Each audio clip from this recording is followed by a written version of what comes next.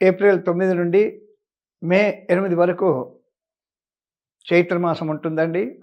ఈ చైత్రమాసంలో మిథున రాశి వారికి ఏ విధంగా ఫలితాలు ఉంటాయన్నప్పుడు, ఈ మిథున రాశి వారికి ఇంట్లో శుభకార్యాలు జరగడము, ధనలాభము, శరీర సౌఖ్యం ఉంటుంది.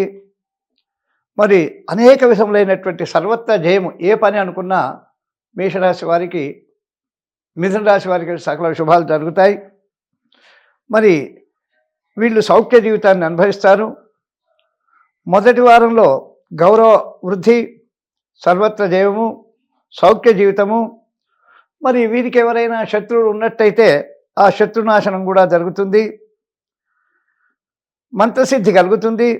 రెండవ వారంలో శారీరక బలము, కీర్తి, అనుకున్నటువంటి పనులన్నీ కూడా సులభంగా నెరవేరడము, మరి అన్నింట జయము, వృద్ధి ఇవన్నీ కూడా కలుగుతాయి. మూడవ వారానికి వచ్చే వరకు వీళ్ళకి కాస్త మానసిక విచారం కలుగుతుంది, అనారోగ్యం కలుగుతుంది. అదేవిధంగా ఆరోగ్యరీత్యా వీళ్ళు జాగ్రత్తగా ఉండాల్సినటువంటి సమయము. ఔషధ సేవ అంటే ఔషధం వాడడం కానీ, మందులు వాడడం కానీ జరుగుతుంది. ఏ కార్యక్రమం అనుకున్నా కార్యభంగం ఏర్పడేటువంటి అవకాశాలు మూడవ వారంలో ఎక్కువ ఉన్నాయి.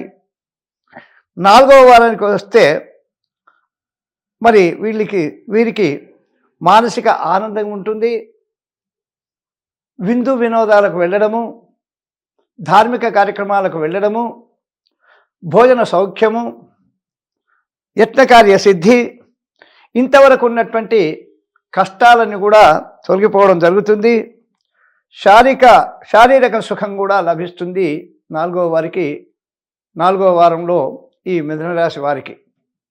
మరి ఇవి మిథున రాశి వారు నవగ్రహాలలో ఉన్నటువంటి చంద్రుడిని ఆరాధించిన, బుధుడిని ఆరాధించిన వీళ్ళకి ఇంకా మంచి ఫలితాలు వచ్చేటువంటి అవకాశం ఉంటుంది.